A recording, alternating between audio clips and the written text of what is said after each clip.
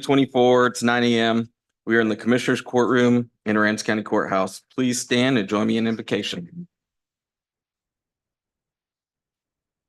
Please join me as I pray.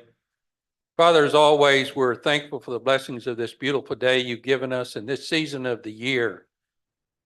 And Lord, as we go into this Easter season, we're reminded that you came from the security and the sanctity of heaven to dwell among humans here on earth.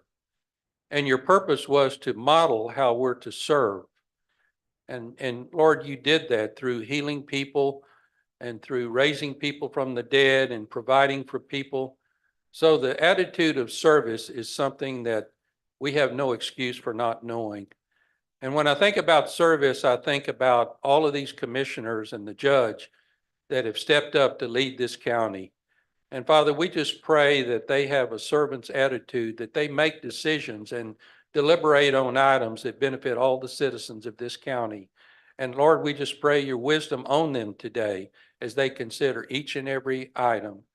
And Lord, just remove any of their own thoughts and aspirations of what they think. Give them the wisdom that they need to make the decisions that benefit us all. And we give you the glory.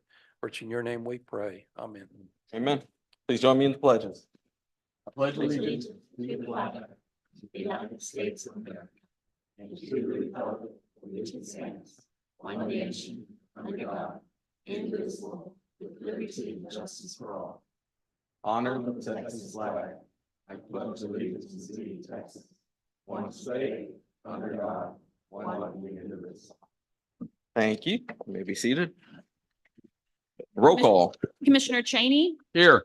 Commissioner Casterline. Here. Commissioner Russo. Here. Commissioner Dupnick. Here. And Judge Garza. Here. We've got a full court. At this time, we'll hear from citizens to be heard. We have Miracle Jimenez. Hello, I'm here on Zoom. Oh, okay. Just state your name, your address, and you may begin. My name is Miracle Jimenez. I live at 905 Sturt Street. I was there a few weeks ago, and I'm in the house that lives next to a homeless camp. And I think that maybe my vocabulary confuses some people because it's because a lot of people are saying that if it's a homeless person on private property, then it's different. But it's not that it's homeless, it's that it's a public nuisance. And currently the property is the lot is now completely full of trash. Yeah, it's pretty bad. So we've been fighting this for a really long time and talking to a lot of different people and calling everybody and talking to code enforcement, but nobody seems to want to help with us with the issue. So I would like my property taxes to reflect the devalued state of my property. And then,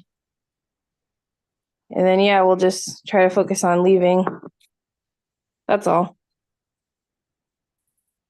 All right. Thank you. And now we got Lowell. Okay. And Deidre as well. Okay. All right. And Miss Dean, Blanche Dean. Good morning. Sir, Good morning. I have the same sentiments as the lady caller there. Nothing gets done. How long have we been going with this? Last night they're cooking, there's 15, 20 people. Yesterday, Sunday, it looked like a parade going down the street. He's changed his times because he knows he's being watched. I've already contacted a judge of mine, which I'll be glad to give you his telephone number, that I live next door to in San Antonio for 20 years. He's the central judge for the southern state of Texas. And I've already reached out to other agencies to have something done because your law enforcement cannot deal with that back there. They've got it. They own that street. You might as well name it Kensington Avenue because the drug flow back there is just horrendous.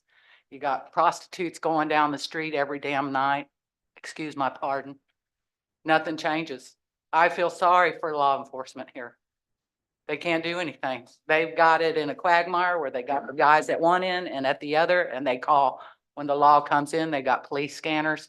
And I tested it the other night because he's back to playing his music all night long. There's no peace back there. Nuisance, that ain't even the word for it. Do something. You know, we've called, I know the other neighbors, we were all talking again. We've called on code enforcement to clean up that mess across the street. There's barrels of stuff leaking into the ground that goes into my well. I called the other night, Saturday night, prostitutes are working down at Cresta. When I call the dispatcher, I get the 3rd degree from the dispatcher. How do you know they're doing drugs? How do you know? Well, when you got 20 or 30 cars coming and staying for 5 minutes at a time at Griselda's place at 4th and, because I call it Griselda Blancos because that's the drug dealer at 4th now, because she moved down from the other end. The cars stop and go in there. It's nonstop. Do something.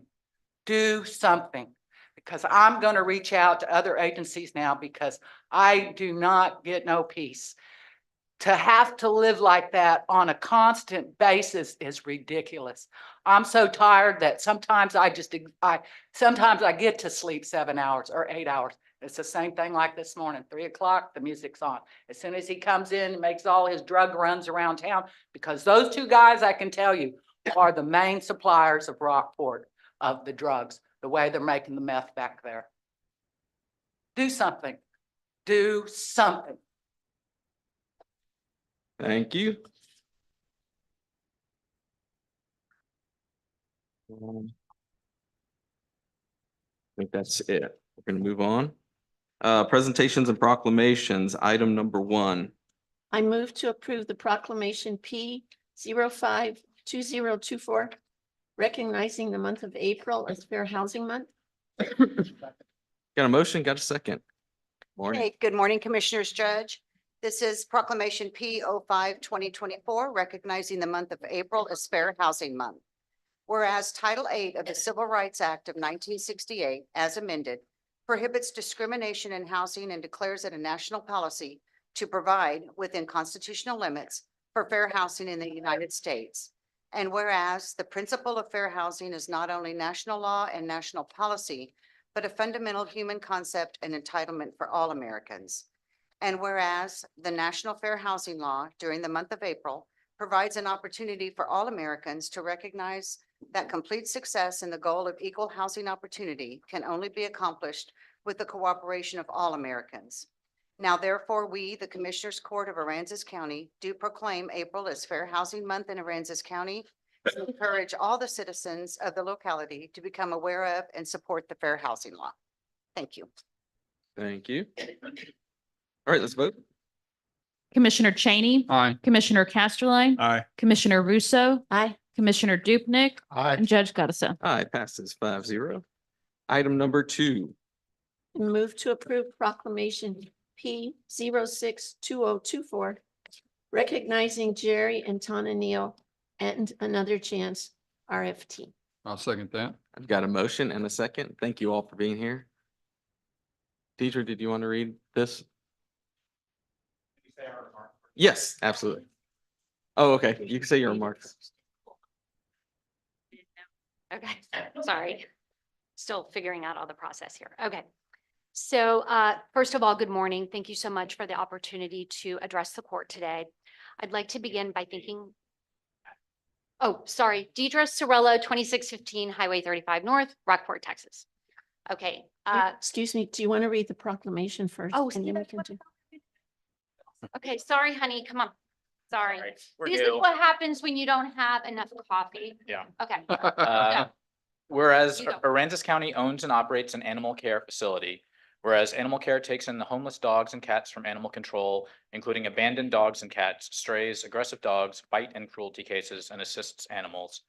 Whereas animal care has limited space and over time has had to euthanize dogs and cats for space. Whereas in 2016, Jerry and Tana Neal formed Another Chance RFT with the mission of helping care for dogs at animal care and saving dogs from being euthanized.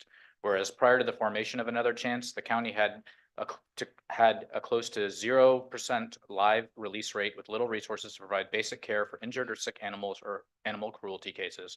Whereas since 2016, Jerry, Tana, and Another Chance have worked tirelessly and saved 2,066 dogs from animal care and found them permanent homes throughout the United States and Canada. Whereas Another Chance funds some medical care, vaccinations, and spay neuter for dogs, animal care in order to care for them and prepare for them for adoption. Whereas Another Chance funds the transport of dogs from the county to no-kill shelters and adopted families throughout the United States and Canada. Whereas Another Chance has intervened and saved countless other dogs in the community prior to being sent to animal care, thus preventing those animals from having to be sent to the county facility, thereby saving county resources and tax dollars.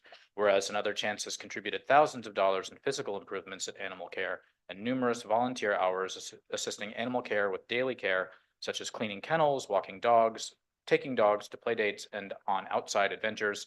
Whereas Jerry and Tana have shown unwavering kindness and dedication throughout these efforts spanning Hurricane Harvey, the county's recovery from Harvey, and the pandemic. Whereas the citizens of Aransas County appreciate these efforts as evidenced by the over 1,000 individuals who have signed a petition supporting the steps the county has taken over the past several years to reduce the number of dogs and cats euthanized for space at Aransas County Animal Care. Whereas Jerry was unexpectedly diagnosed with late-stage leukemia 2 weeks ago and passed away last week.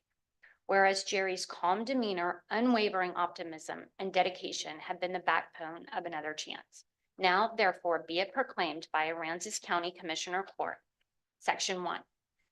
Aransas County recognizes and commends the extensive work and contributions made by Jerry Neal, Tana Neal, and Another Chance RFT to benefit the people, public welfare, and animals of Aransas County. Section 2. Aransas County expresses its great respect and appreciation of Jerry Neal's service to Aransas County and his dedication to be a voice for the dogs of Aransas County. Thank you. Now I'll let you talk. Now I'm up.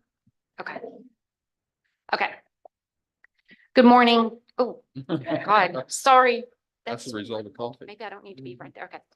I would like to begin by thanking Judge Garza and the Commissioners Court for placing this proclamation on today's agenda. I'd also like to thank Tracy and Emily in the judge's office and Caitlin Frazier, the director of Aransas County Animal Care, for their assistance in bringing this moment to fruition. I know I speak with one voice with the volunteers in expressing our gratitude and our appreciation. My husband and I had the good fortune to meet Tana and Jerry in early 2017, towards the beginning of their journey with Another Chance. We were immediately impressed with their kindness, graciousness, and sense of humor, and the great difference they were making for the community and their work at the animal control facility, what was then called animal control, what's now animal care. Rain or shine, they showed up and walked dogs in clean cages. Jerry always had kind words and knew just the right thing to say to brighten your day and bring laughter and levity to any situation. In the early morning hours, before most of us were even awake, Jerry and Tana would often arrive at Animal Care to pick up dogs so they could be transported to no-kill shelters throughout the U.S. and Canada. He was a humble and hardworking man, not concerned with credit or notoriety. Most people in the community may not even be aware of his years of service and the contributions he made right here in our county. A former boss of mine once said that character can often be defined by what you do when you think no one is watching. Then Jerry Neal was certainly a man of great character.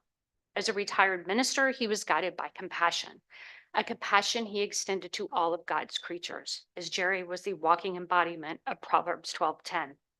Our goal is now to continue his commitment of service to our community and honor his legacy. In his honor, my husband Lowell and I would like to announce the following. First, as many of you may be aware, in lieu of flowers, Jerry's family has asked for donations to Another Chance. In his honor, my husband and I will be matching all donations up to $5,000.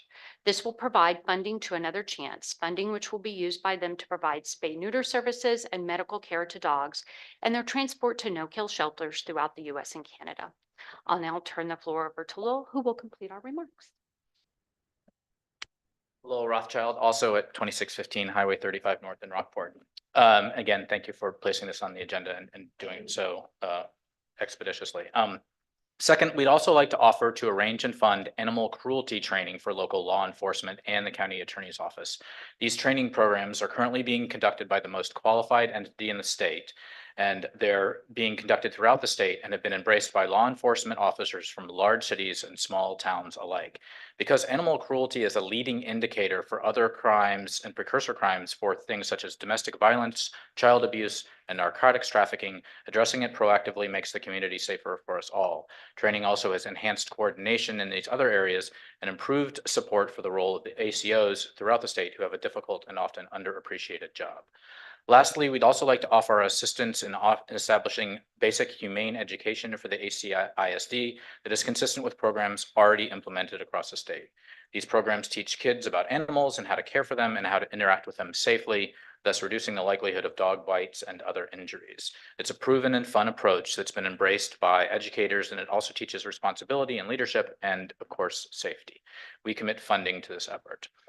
Jerry believed in these programs and ideas, and we honor his memory and years of service by proposing them. While we mourn the loss of our dear friend, we remain encouraged and uplifted by the opportunity to continue his legacy and service to our community. We remain optimistic about the positive difference we can make in the lives of our community, both the people and the pets. We stand ready to assist the county and the volunteers.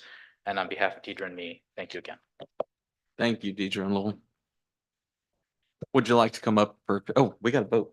Let's go and vote. Commissioner Cheney, Commissioner Aye. Casterline, Aye. Commissioner Russo, Aye. Commissioner Dupnick, Aye. and Judge Gotcha. Aye, unanimous.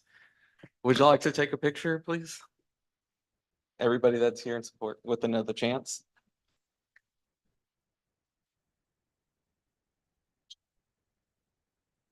Maybe make 2 rows.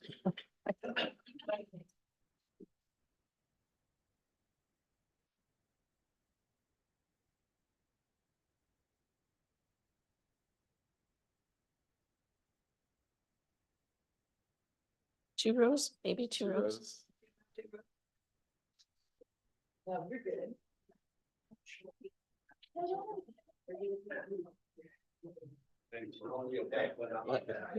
There you go, Todd. Don't need to worry about the front page this time. All right, 1, 2, 3, 9.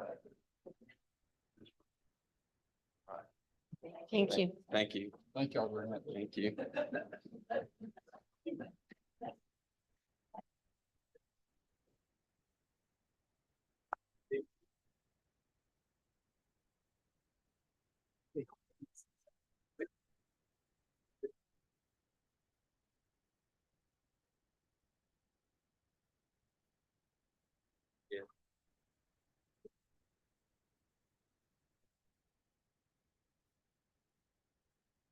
Thanks, Dan. It's good to see you.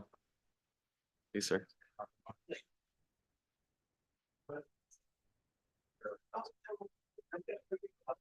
Judge.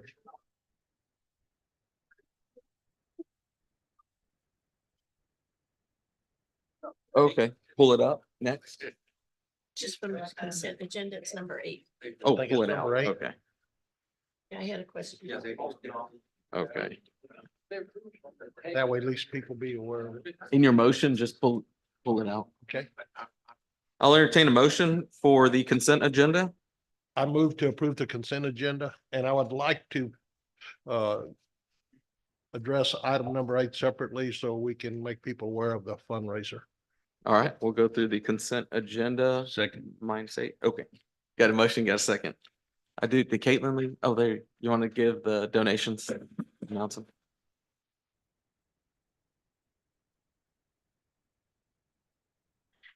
Good morning, everybody. We had an anonymous donation of animal supplies in the estimate amount of $200, an anonymous cash donation in the amount of $109, and Carmen Canto in the amount of $100. Thank you. Thank And you. also, we have a donation from Paul Norwood, an Austin resident, to the Aransas County Airport for a 2005 Chevrolet Suburban valued at $3,000. All right. Okay, so number 8, Oh, you want to? let's vote. We'll vote on this real quick and then we'll bring that up. Let me make a note. Number 8 on my agenda is not what we did. Is this, is there an official agenda separate of this? Because You have number 8 is amended acknowledging agenda? that there's an amended. Oh, I don't guess I got that. It's in your mailbox. Well, I just was in there. Okay. All right, we'll go and vote on the consent agenda. Okay. Okay, Commissioner Cheney, Aye. Commissioner Casterline, Aye. Commissioner Russo, Aye. Commissioner Dupnick, Aye. and Judge Garza. Aye, passes 5-0. Now we'll address item number 8. I move to request, to approve a request from Wings Over Rockport to host a fundraiser pancake breakfast event on March 30th, 2024 at the airport in coordination with the airport manager. I'll second that. Got a motion, got a second. Good morning, Mike. Good morning. And so Wings Over Rockport, WOR, is a 501c3. They're committed to bringing an air show to Aransas County and to the airport. They made a presentation last Commissioner's Court, I believe, and they'd like to start doing some fundraising. It's appropriate for them to, I think, for them to do some fundraising at the airport because those are the folks that are going to be the most interested, I think, initially with helping to fund this thing. And it's starting out with a pancake fundraiser.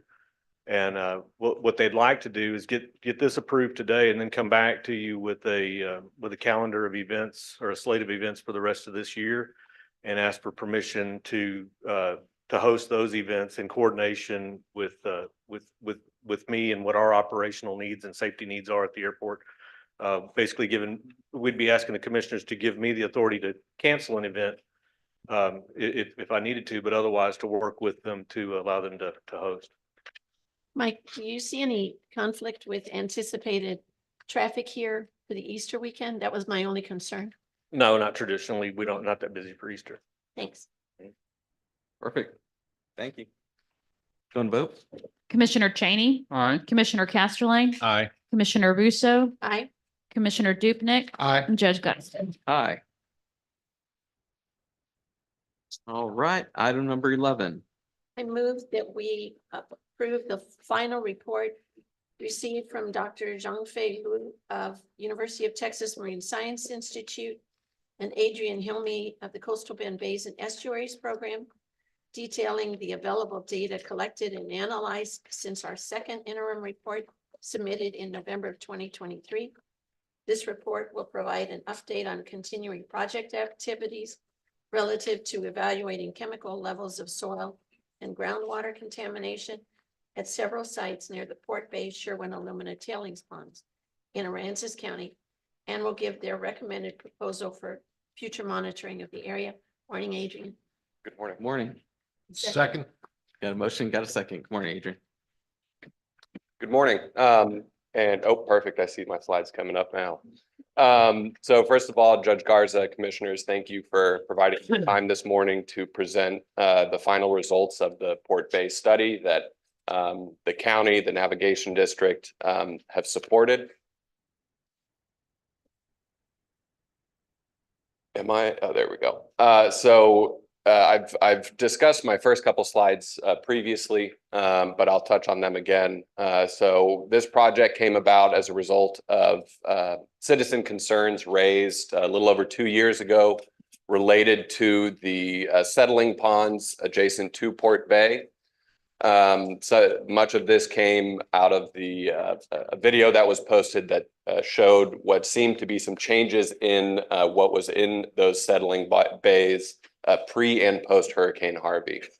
So we looked at several contaminants of concern that are produced during aluminum refinement, mainly looking at mercury, what we call PAHs, which are polycyclic aromatic hydrocarbons, radium, uranium. We also looked at arsenic as well.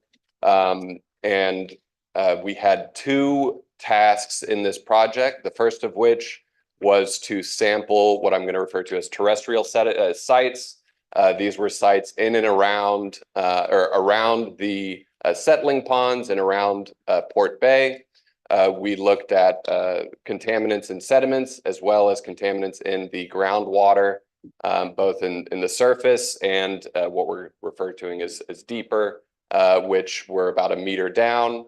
Contaminants looked at under task 1 were PAHs, as well as mercury, uranium, and radium 226.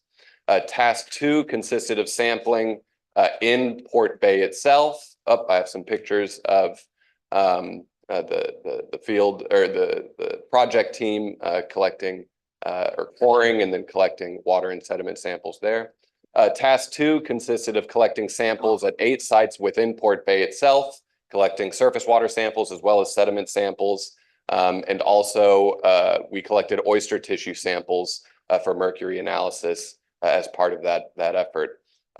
For the Bay sites, we analyzed samples for mercury, arsenic, chromium, PAHs, and we also looked at nutrients and what I would refer to as pigments in the surface waters. And I can clarify what I'm referring to as when I say pigments a little later on.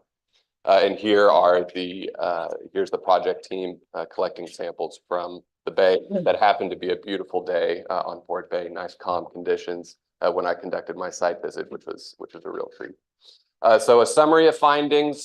Some of these slides you've seen before. So the terrestrial sites were all sampled in December of 2022, and I've provided a presentation detailing the findings here, but I'll touch on them again. Again, for groundwater, we collected what I refer to as surface groundwater, which is, I'm sorry, those are sediments. So as far as the groundwater goes, the concentration of mercury were all below the detection limit of the analysis used. As far as radium 226, the highest concentration was at site B, and I think at the end of my presentation, I'll flip back to the map so we can reference where some of these sites are. But with that said, the concentrations of radium 226 were within the EPA's maximum contaminant level. And then similarly for uranium, the concentration was also at site B. And interestingly enough, at site B, the concentration was slightly above the EPA maximum contaminant level for drinking water specifically. So that's something to consider. These were not from an environmental perspective. I think these results are within what we would consider to be environmentally acceptable. But that is something to note that site B seems to have slightly elevated concentrations as compared to the others. Concentrations of PAHs in surface and deep soil. Again, so PAHs, these are generally petroleum-derived byproducts. Overall, I think that there are thousands of compounds that are classified in this family. And so I think the key findings here are most of the PAHs that were found seem to come from an oil source or incomplete combustion of coal and biomass. But with that said, none of these compounds showed any direct link to those tailing ponds. These are things that are produced with everything from driving your car to a boat to, these are produced broadly through many forms of human activity. And so as far as PAHs in the Bay sediment and Bay water, there are some interesting dynamics involved in Port Bay. Again, the source of these PAHs seems to be incomplete combustion of coal and biomass. But the overall concentrations in Port Bay are similar to those that we see in adjacent bays, Corpus Christi, Mission Aransas, and they're within the TCEQ established action levels. So we aren't seeing elevated levels there. And again, like as with the groundwater, there doesn't seem to display a direct linkage to the tailing ponds. And again, with being within the TCEQ action level, there isn't anything of great concern in our opinion there. I will note again here, there is one site, Site 3, and I'll refer back to that site a couple times, which seems to have more elevated concentration as compared to the other sites. Concentrations in PAHs in Bay sediment and Bay water. The concentrations in the surface water were higher than the adjacent bays, and I'll touch on why we think that is the case. but they're generally on the same concentrations as those found in industrialized regions. And so I think that that's something of note where, you know, the Port Bay itself is maybe a little less industrialized than what some bay systems that we would refer to as being in an industrialized regions. If you think about Galveston Bay and things like that, in places like those. But in the highest concentration here was at site 2. Again, the source seems to be from oil products. But what seems to be driving the higher concentration in Port Bay waters as compared to Corpus Christi Bay or some of the adjacent bays seems to be the very shallow nature of Port Bay. It seems to be that the resuspension of sediments drives the higher concentration in the water column.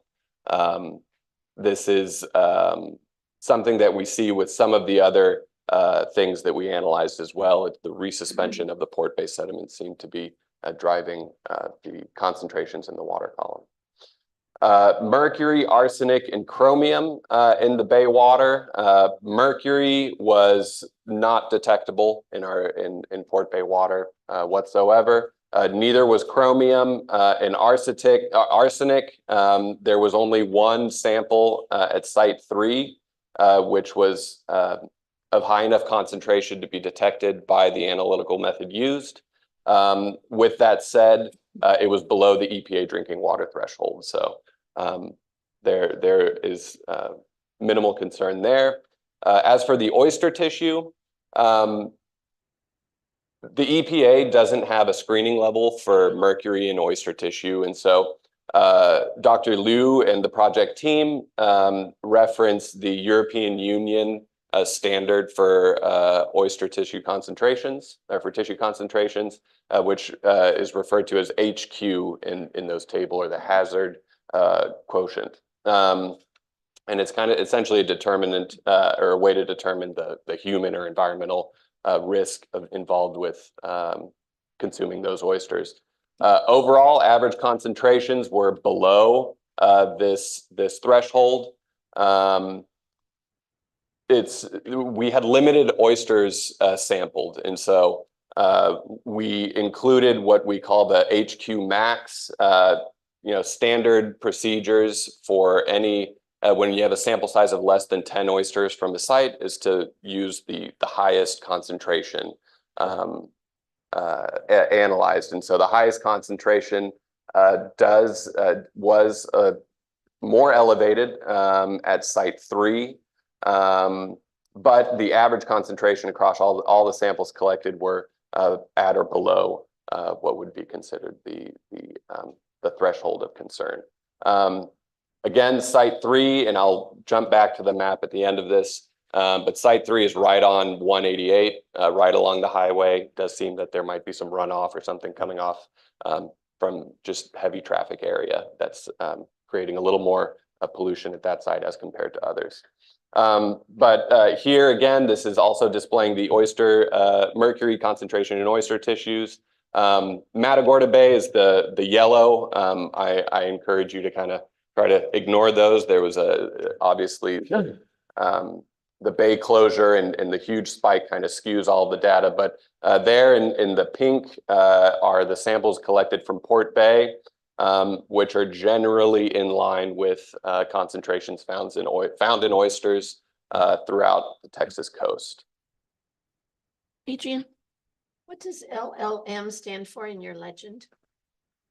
Lower Laguna Madre. Okay, thank you. And lastly, we also looked at nutrients and pigments. These are two things that are often looked at both to assess overall ecosystem or bay health, especially in areas where there's increasing urbanization and growth. And so we looked at nitrate and nitrite, phosphate and ammonium. And interestingly, ammonium and phosphate were significantly higher in Port Bay than in some of the adjacent bays, where nitrate and nitrite were very, very low. I think this was 1 year of sampling is not enough to make, draw up many conclusions. There have been other projects that have sampled nutrients in Port Bay. The concentrations of these nutrients vary from site to site, from season to season. There's a natural cycling process.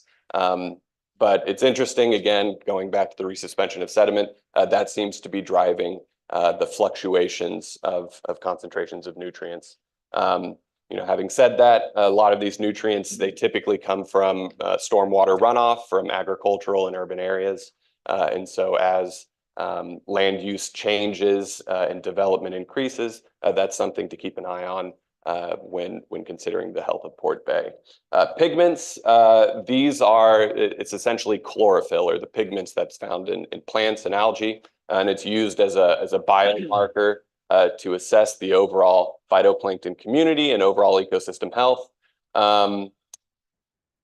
Overall, the concentrations in Port Bay were not, significantly higher than some of the adjacent bays, but it's interesting, the southern portion of Port Bay, which is so south of 188, it's a pretty enclosed section of the bay. The concentration of chlorophyll was higher there. That's a sign that there might be more nutrient runoff into that part of the bay, or there's just a little less circulation, but that's something to keep an eye on.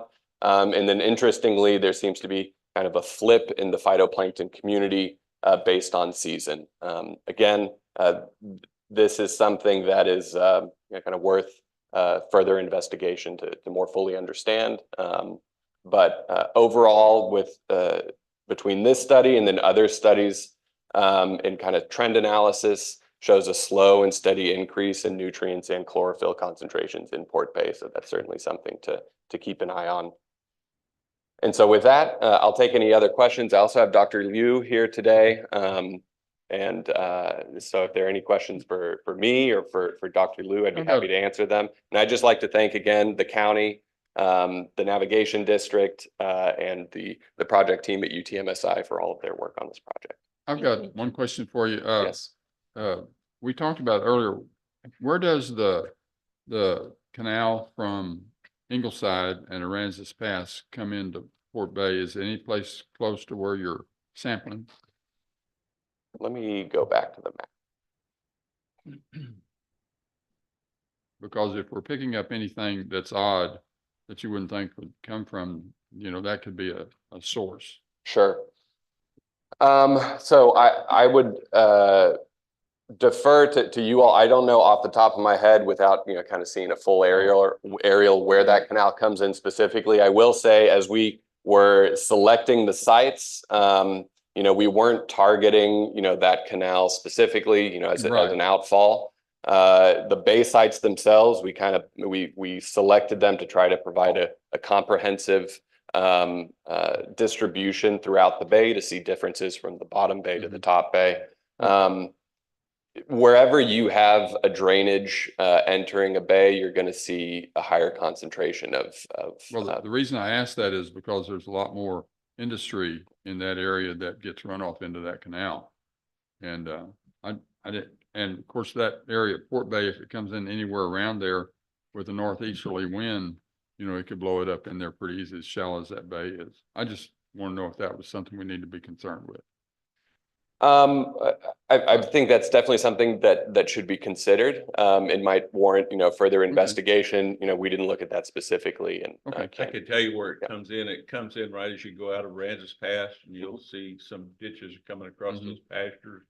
It comes through a series of lakes and marshes before it gets into what you have on the map right there. But if you going across 188, you can kind of see where the main bay ends, but there are sloughs that run over, and there's a series of connected lakes that go all the way to 35 on. They do a lot of polishing, I know, I just didn't know exactly where it came in.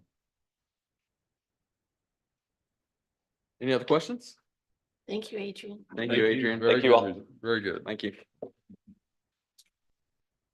Let's go and vote. Commissioner Cheney, Aye. Commissioner Russo, Aye. Commissioner Casterline. Aye. And Commissioner Dupnick. Aye. Judge Scotson. Aye. Not really an action. Yeah, it's not really an action item. Item number 12. Move to approve, to authorize the county judge to sign a contract with Charlie Marshall Funeral Home for the transportation of bodies to autopsies and cremation and the transportation of paupers. I'll second that. Got a motion, got a second. Good morning. You have any questions, Charlie Marshall? Where are they going to, have we, what am I trying to say? Have we contracted with specific cities or towns or counties to, if we have to transport bodies for whatever reason?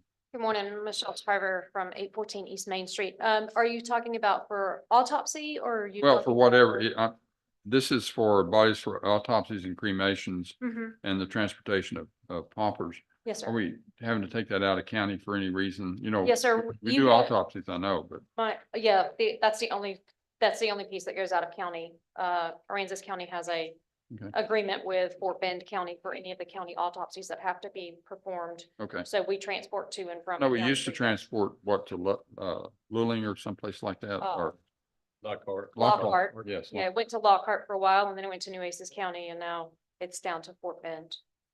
Everything's going to Fort Bend now. Yes, sir. Okay. We. Can you get on the mic, sir? If Fort Bend can't accommodate that Aransas County case, then they send it over to Lockhart, but we've only done that twice in the last 7 months. So I have a question about ma'am. how many transports on average do we do in 1 year? I think last year we did 214 total. Thank you. Huh. And then this is for the auditor's office. Which fund pays for this?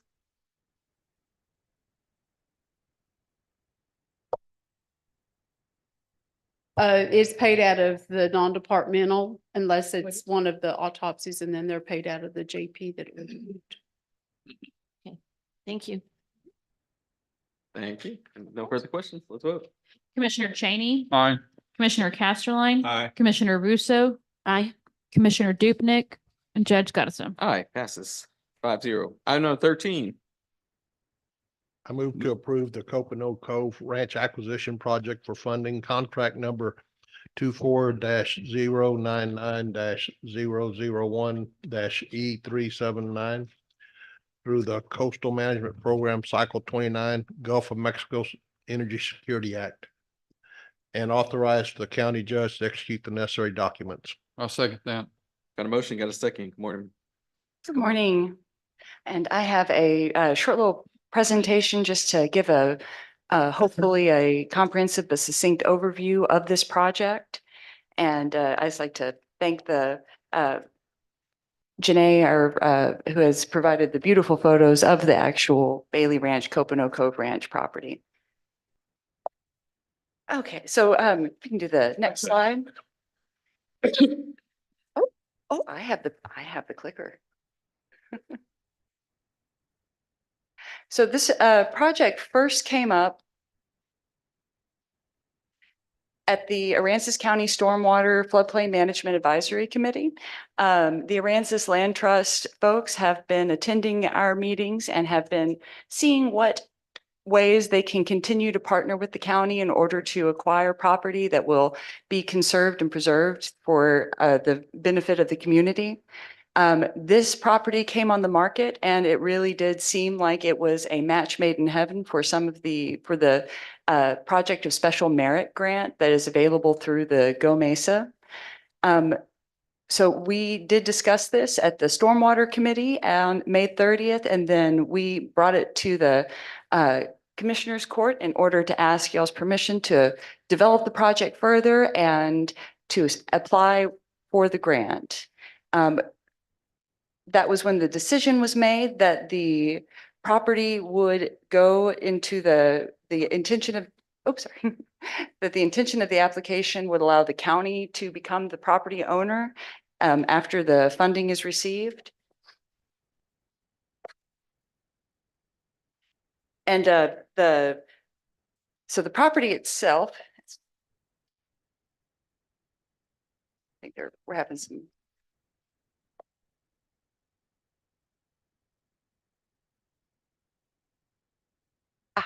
Excellent. Thank you. All right, so this is approximately 972 acres of waterfront lowlands. And what we wanted to do was acquire it for the purposes of the conservation, preservation, stormwater management, and to eventually provide public access for the community. At the time, one of the reasons this property was ideal for this type of a project is that the current owners, the sellers, in order to leverage the property for tax benefit, had already done a large portion of the necessary documentation and field work that shows the value of this property as conservation preservation. The county itself has done studies that indicate we have approximately 2,500 acres of this watershed that drain through this property. And there is a drainage easement that was purchased by the county approximately 10 years ago for a little under $500,000, just so that we could continue to make sure that the stormwater from that watershed would be able to be filtered before it reached Port Bay. I felt like the previous presentation was an excellent setup for discussing this property because this does drain into Port Bay. There is a lot of development post-Hurricane Harvey. Our community has continued to grow. And as you can see, there are even within the buffer area of this subject property, the Holligan community that is right above it to the north. There's the Lucas Ranch development right to the south and continued development at Cape Valero. As we see these developments happen across the county, preserving open space like this is one of the most cost-effective ways for us to make sure that our bays remain healthy so that we can continue to support an eco-tourist economy and so that we can continue to enjoy those bays and the wildlife that it brings. So Kat, do you have an estimate of how much of that land is wetland? I know we're talking about having some kind of survey done, but most of it is wetlands, I believe. There's approximately 65 acres, I know, that are out of the wetlands that were identified in the conservation easement as possible developable property. One of the requirements for the grant is to get a shoreline delineation survey so that we can say exactly how much of it is wetlands, but it is several hundreds of acres of jurisdictional wetlands that we know for sure that it does contain.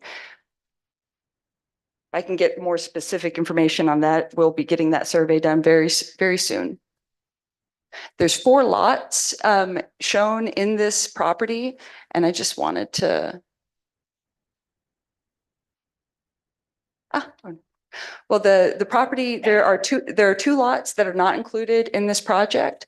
That is the rectangular strip and the southernmost carve out. Those 2 properties are mitigation properties that match the intention of this project. And that is another reason why it was looked at as as a desirable project when evaluating applications from our jurisdiction and others. Kat, I'm not sure I understand what you just said. Sure. Those other 2 properties? That's where the next slide has the subject property or the property that's subject to this acquisition highlighted in green.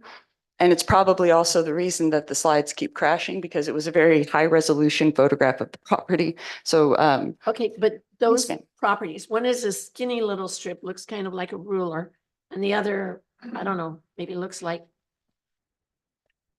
some state turned upside down, where it's like a trapezoid or something. So they are not included in this purchase? No, ma'am. They are owned by someone else? Yes. And they are for what purpose? They are for mitigation from the Army Corps of Engineering. So they are never going to be able to be developed. So they do have access agreements for maintaining those wetlands for those for the Army Corps of Engineer mitigation requirements. But the requirements as part of those access easements is that they continue to preserve the wetlands and do not encroach any further into them as necessary. So Kat, I don't see the remediation location that the Islands of Rockport did. Is that not one of those? I'm thinking there's one closer to the top of the page up there. It is not, it's one of the bits that's not highlighted in green. It is the triangular strip. And so the property that's highlighted in green is the subject property. And I put the address and the appraisal district information on this so that if folks wanted to look at what is currently being taxed at, that they could pull that up. I do have that information. One of the questions that was received as far as the benefit and the impact, financial impact on our citizens. And again, this really did seem like an idyllic situation because of the existing conservation easement. The appraisal value for this property is very low and is only. So last year for the 926 acres, the larger piece, it was $151.54 for of taxes due. So yes, by acquiring the property, it does remove it from the tax rolls. But in this instance, we have the opportunity to acquire it without a impact that would be resonant. Taxes we get less than $200 a year. It was for last year. It did fluctuate throughout the years, and that's where the year before is $220.32. And the year before that, it was a little higher at $660. But it doesn't seem like it's ever been more than $1,000. It's something that, as Commissioner Castelline pointed out to me, we see similar with our barrier island. As far as there's whenever you have a conservation easement, the amount of taxes taken out, that's part of the incentive behind conservation easements for private property, is to get a lower tax valuation. And in order to prove that value, though, that's where the documentation that has already been completed for the project becomes so valuable to us as an applicant in this program. And there probably, when it was higher on the front part of it, where those houses are, was originally part of that property, but over time it's been cut off from the property. Yes, sir. Kat, in this photo where you have you're talking about the green, are you talking about the greens on the right-hand side that's looks like a boundary of some sort that has like a panhandle on it?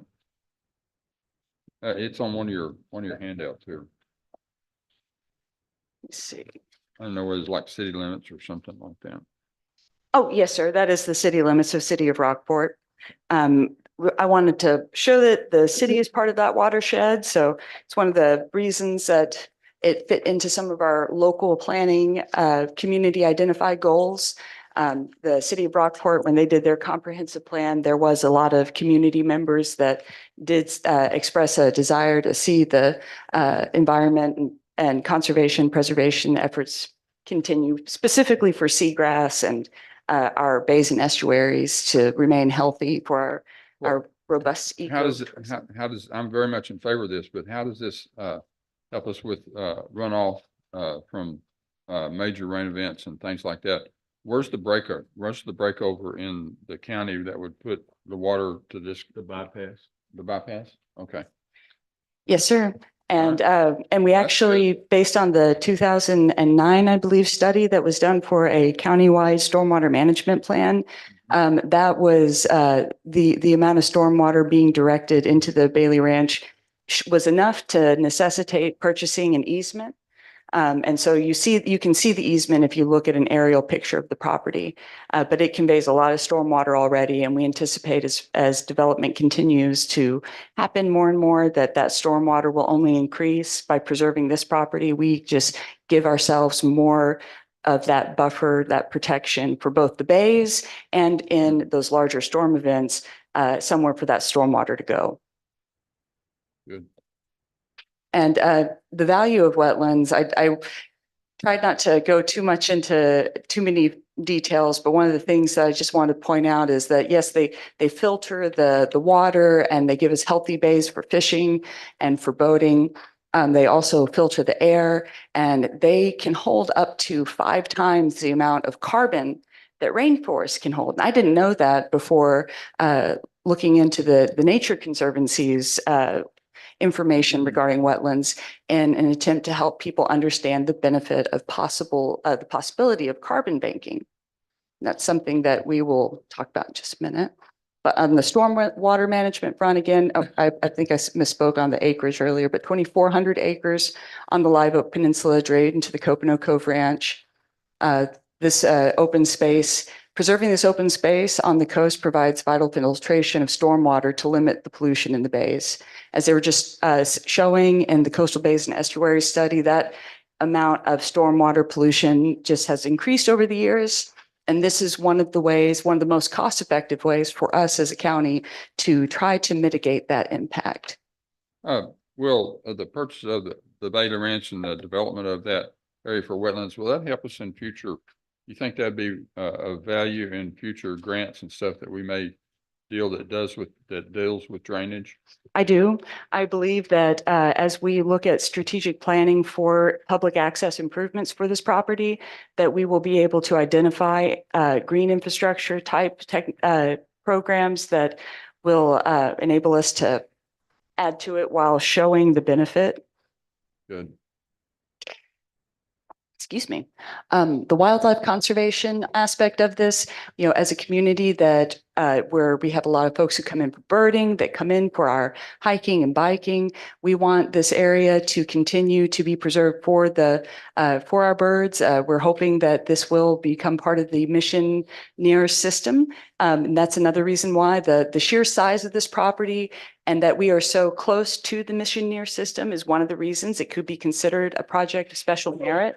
One of the major statewide and regional goals for wildlife conservation includes trying to make as many contiguous areas for conservation as possible. And since this is so close to those existing areas that have already been preserved, it was looked at as especially ideal for this program. There was a little confusion based on the budget that was presented at the last meeting regarding our proposed project plan. The budget was categorized in a standardized way that is required by the GLO. And so all of the costs for this project were under contractual. So this is just a breakout of those costs showing what the property purchase, which would be, we will be utilizing a financial aid assistance with GLO. It will not be a reimbursed cost. However, the rest of these, with the exception of the very last line item, we will have to pay for, and then we'll get reimbursed from the GLO once we present those receipts. But those are all deliverables that we need in order to meet the requirements for the documentation requirements for the grant. The reason for that bottom line, the buffer of $232,120, it's not actually a buffer. That is the total amount of money that we asked for on the initial application for public access components. In order to make sure that we could meet the grant timelines, we removed any construction components to be looked at a later date because of the amount of time and the amount of you know, when it comes to getting federal permits that we would need to have to do those types of improvements, there was a lot of concern about being able to be done, of it being feasible in conjunction with the acquisition program. So we decided at that time we were going to remove those construction components in order to make sure that the primary goal of acquisition was going to be accomplished. So the money that does not get spent on the project will go back to the GLO Go Mesa program. So that is what that buffer really means. So the buffer may or may not be expended.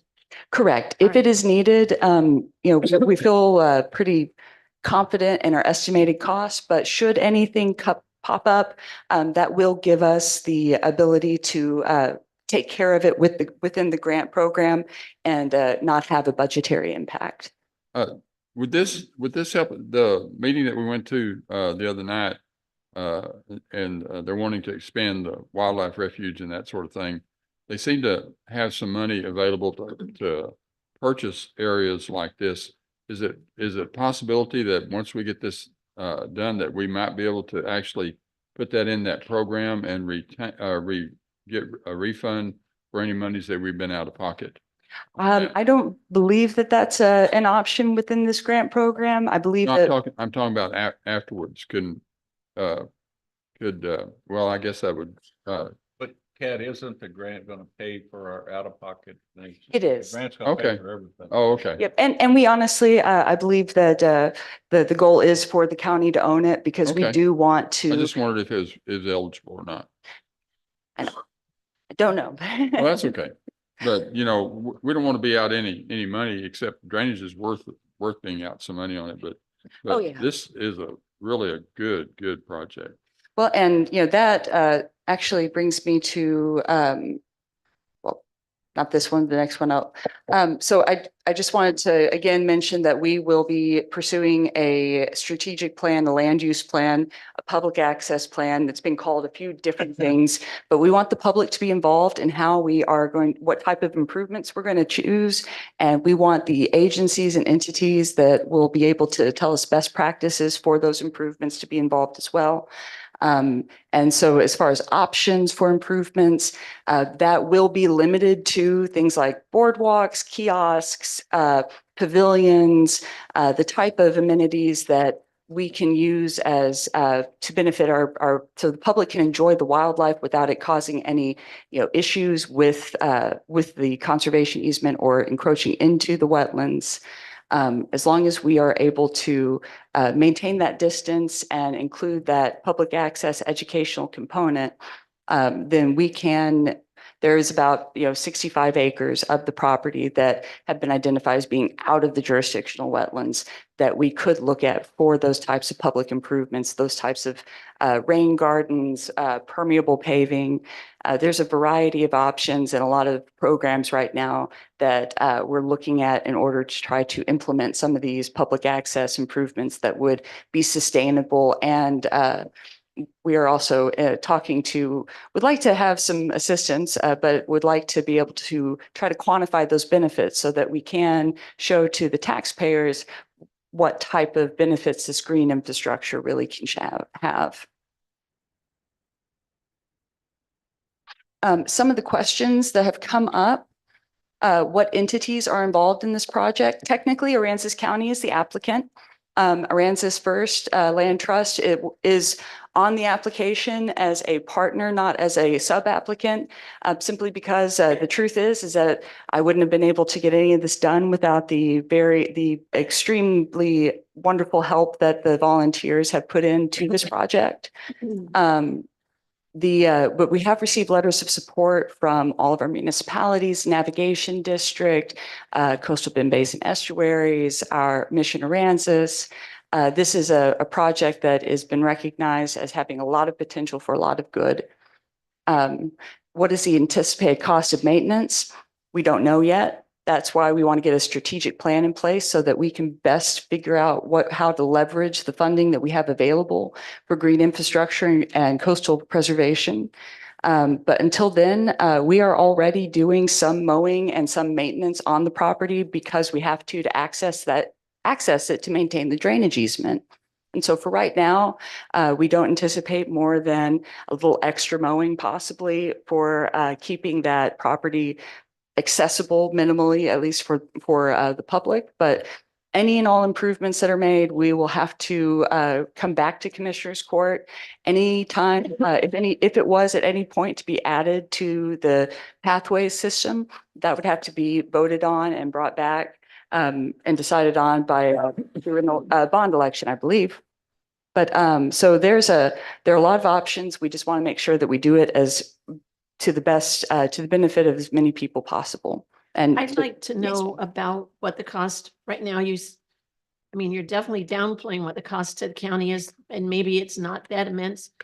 When we talked about this at the last court, I asked if the Director of Public Facilities had been included in any of this since she's over pathways, and I don't believe that happened. And I don't see her here to confirm or deny. No, she has This not is been approached bringing a about it. lot of additional land responsibility under It's the not county. currently a part of pathways. It would have to be a public election to put it into pathways. I understand that, but I keep hearing pathways through here and public access, and that's probably the avenue that they'll take. Well, So I'm curious what the cost is to the taxpayers. Well, and one of the David, reasons help. why that hasn't been determined yet is that we do hope to see about the possibility of funding it through carbon credits. And that's something that if we were able to do that, it could be another it may not have to be added to the pathway system. And that may be something that if our intention is, when it comes to the stormwater management and preservation, I'm not sure what parameters pathways has to operate under. But again, that's where having that strategic plan and looking at what it would cost under pathways, what would be needed to make it a viable for the hotel occupancy tax recipient. I'd just like to know what the anticipated cost is if it stays as it is now, where we're mowing it so we can get to our easements. Because initially it was sold under the idea of helping to mitigate the runoff and then to just create wetlands, which is always a good idea. And I think those things are fine. The additional proposed things, walkways, parking lots, kiosks, viewing stands are definitely going to be cost to build and then to maintain. And I don't see where there are very firm numbers associated with any of those. And I know you don't have it determined what it's going to be, but you're still talking about them. I was asked to discuss what we would be able to do once the property is purchased versus what we couldn't do. Like, for example, we would not be allowed to subdivide it, sell it for profit. We would not be allowed to put a wastewater treatment system on the property or to do anything that could be construed as industrial type activity. That's good. And that's where just I apologize for misunderstanding what the question was, as far as the anticipated cost of the maintenance overall. Again, since we had to remove all that components for this particular grant, these possible improvements will have to be decided upon at a later time. And we can definitely talk about the possibility of them, but we can't make a decision on them until later. But at that time, we will definitely have to have those maintenance costs and improvement costs. Right now, the only expenses we actually have for county are existing expenses, but we have to maintain the drainage easement and also maintain. That's right. And that's not going to change. We're going to have that regardless. Yes, sir. And we don't have to have any improvements. We could just leave it the way it is. Right. Yes, sir. It'll be a vote of the court. Okay. All right. I'm sorry. I'm we so gotta sorry. Speed it Yep. up. Yeah. No worries. Just the environment question about the environmental assessments that were done. There's Go Mesa requires a phase 1 and if necessary, a phase 2. Phase 1 environmental studies have been done. It was found and determined that a phase 2 was not needed. All of the documentation concerning the property at this time, once the county has purchased it, we will be able to make public. Until that time, it's considered, we have to acquire the property. We can make that public, Right. I believe, at that time. But I think that is everything unless there was any other additional questions. All right. Thank you. Commissioner Cheney, Aye. Commissioner Casterline, Aye. Commissioner Russo, Aye. Commissioner Dupnick, Aye. and Judge Gutterson. Aye, passes 5-0. Item number 14. I move to approve accepting the bid and awarding the brush grinding services contract for environmental health and the transfer station to Greenbelt Turf Management and authorizing county judge to sign necessary documents. Second. Got a motion, got a second. Morning, sir. Good morning, Judge and Commissioners. Last week, me and Mr. Eric Smith opened up the bids that were submitted to us. The two was Austin Wood Recycling and Greenbelt Turf. And after reviewing both the bids that were open, we would recommend to the court that be Greenbelt Turf because it was the lowest bidder. You know how they compared? It went out for bids previously, but the bids were way higher than we've ever paid. Do you know how do these compare to that bid? Yes, Commissioner. So when we went out to bid in December, the prices came back at about $6 and $9. This bid came back almost exactly what we had been paying before. So it's right around $3. And we will be able to do the double grind, which will make the citizens happier. Correct. Wait. Can I ask a question? On page 2, under term, it says it'll be effective from the first day of April of this year through the 31st of December. But it says all of the contractor's work will be completed no later than May 31st of this year. Is that correct? Isn't it sort of an ongoing? No, actually, they come in and they just grind one time a year. Oh, they It do? usually takes 2 to 3 weeks. We usually try to do it in January when there's less wind and it's not as busy at the transfer station. But this year, because we went out to rebid because we thought the prices were too high, it's just going to push us back a little bit. So it's a one time a year. One time a year? Okay. Yep, it usually takes about 2, 3 weeks, depending on how their equipment holds up. Thank you. Commissioner Cheney, Aye. Commissioner Castelline. Aye. Commissioner Russo. Aye. Commissioner Dupnick. Aye. And Judge Gottisson. All right, passes. Item number 15. I move to approve the rental contract with UniFirst for uniforms through the Buy Board Purchasing Co-op Agreement and authorizing the county judge to sign all necessary agreements. I'll second that. Got a motion, got a second? Is this y'all's too? Yes. Just as reference, we have used UniFirst for the last, I believe, 5 years. Transfer station uses them, and so does Road and Bridge. So we've always liked their services. We just needed to come out, or the contract was up. On the agenda memorandum, it said the price quote was attached, but there wasn't a price quote. Is it pretty much what it was before? I mean, you don't have to bring it forward, but Yeah, it's pretty much what it was before, right around the same pricing. all right, great. Good to know. Thank you. Commissioner Cheney, Aye. Commissioner Castelline, Aye. Commissioner Russo, Aye. Commissioner Dupnick, Aye. and Judge Gottisson. All right, passes 5-0. Item number 16.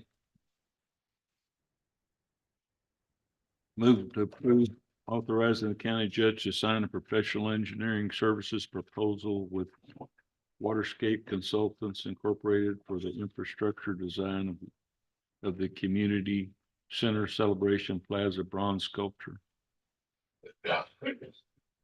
Commissioners, Judge. Good morning. Need a second? Oh, we got, We didn't have a second. we need a second. I'll second it. So the Rockport Center of the Arts donated a beautiful sculpture to us. It does have a water feature. This is the proposal for us to put in all the infrastructure, which will be underneath the decorative brick. Our contractor DLF will be the ones who do that once we get the fountain design from him. It has passed the notice of appropriateness from the city of Rockport. So we're ready to move forward. The contract mentions $12,500 as a maximum fee. Correct. And then there's also a slate filing fee. Are those all just included in this 12,000? Yep, that's just so we would know how much, if he comes to Rockport, how much it would cost for him to come for a visit. And that's why it's up to $12,500. If he doesn't need to come to Rockport, if we don't need him to come, he doesn't have to come out here. So Where's this funding coming from, the 12,000? it's from the courthouse. Grant, I think. Not part of the grant. That water feature is not part of the grant. It will be general fund. Under the design development phase, it says participate in one design conference in Houston to review concepts and preliminary designs. I'm just not wanting to get into another issue like the courthouse. I know you don't either. And then it also says that they make no warranty, either expressed or implied, as to their findings, recommendations, plans, specifications, or professional advice. So it sounds like they don't guarantee their work. I'll have to look at that and speak with him again. He guarantees his work. He's one of the only fountain designers in Texas, and he does many projects. So Have we had legal look at this? they have had the opportunity, yes. Do we have any comment from them? I have not had any comment from them. She's probably had it at least 2 weeks. And then I had forwarded this information to the executive director for the Art Center, since they are the ones who graciously are funding the sculpture. And just would ask Mr. Perron if you have any concerns or if this seems good to you. Would you please speak? Yes. I don't. I'm actually familiar with the company. I know 2 of their projects, Seraphim projects, that are listed on the proposal they submitted. I would like to clarify that we are not donating the sculpture. The sculpture will be owned by the Rockport Center for the Arts and maintained. And that was part of our initial presentation. We'll just be placing it on long-term loan at the Celebration Plaza. But I think it's a reputable company. I did do a cursory review of any Better Business Bureau or lawsuits or things of that nature. And I consulted with the interior designer for MD Anderson because they were familiar with that company as well. And I found that there was no red flags. Thank you, sir. So our total cost is 12,500. I'm sorry? That's our total cost is 12,500. That would be the maximum amount that he would charge. Okay. Thank you. Welcome. Commissioner Cheney, Aye. Commissioner Casterline. Aye. Commissioner Russo, Aye. Commissioner Dupnick, and Judge Garza. Aye, passes 5-0. Thank you. Item number 17, thank you. I move to approve renewal of the interlocal cooperation contract for the failure to appear program. Second. Got a motion, got a second. Madam Clerk, good morning. Do you have any questions? No. Okay, good. Like that. Commissioner Cheney, Aye. Commissioner Casterline. Aye. Commissioner Russo, Aye. Commissioner Dupnick, and Judge Garza. Aye, passes 5-0. Item number 18. Move to approve Lone Star Strategy Group LLC to apply for Defense Community Infrastructure Program grant. I'll second that. Got a motion and a second. Good morning. We discussed this in length at the workshop. Felt like it was pretty well received by the commissioners at that time. Are there any questions?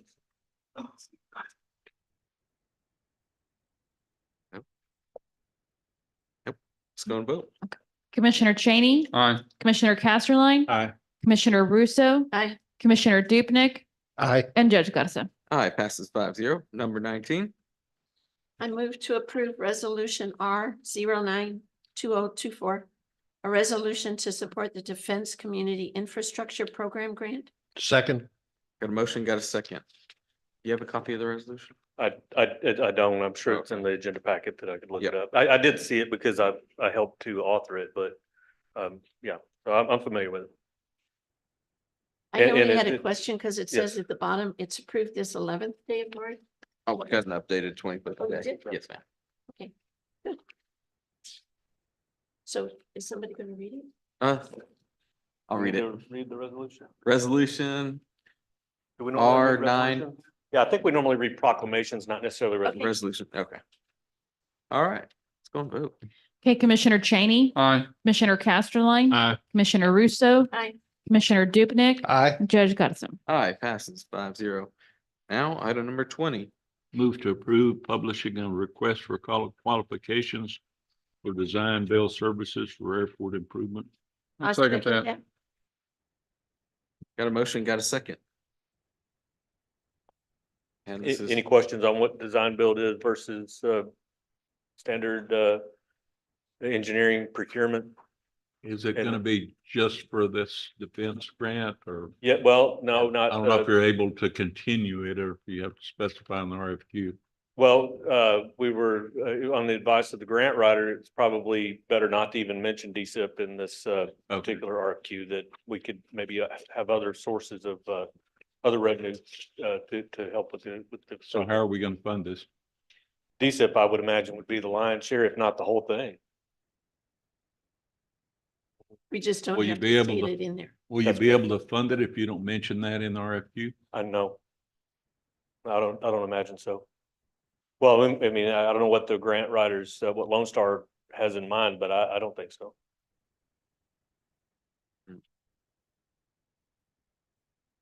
Commissioner Cheney, Aye. Commissioner Casterline. Aye. Commissioner Russo, Aye. Commissioner Dupnick, Aye. Judge Garza. aye, passes 5-0. Item number 21. I move to approve authorizing the county judge to sign a one-year contract with 4, excuse me, automatic renewals with Campbell Oil for wholesale aviation fuel supply at the airport. Second. Got a motion, got a second. Campbell Oil was the winning bidder at the bid opening. They scored the best. I didn't score them the highest, but I don't disagree with the process, and I recommend, staff recommends we move forward with a contract with Campbell Oil. So this would be a 5-year contract. 1 year with Right now. 1 year renewal. Where do they come from with their products? They probably come Same out- places that we were getting it with Avfuel. It's Deer Park around Houston, I believe, Tyler for the Avgas. Jet is even produced locally here in Corpus, but even with Avfuel, we were getting it out of Deer Park, sometimes out of Louisiana.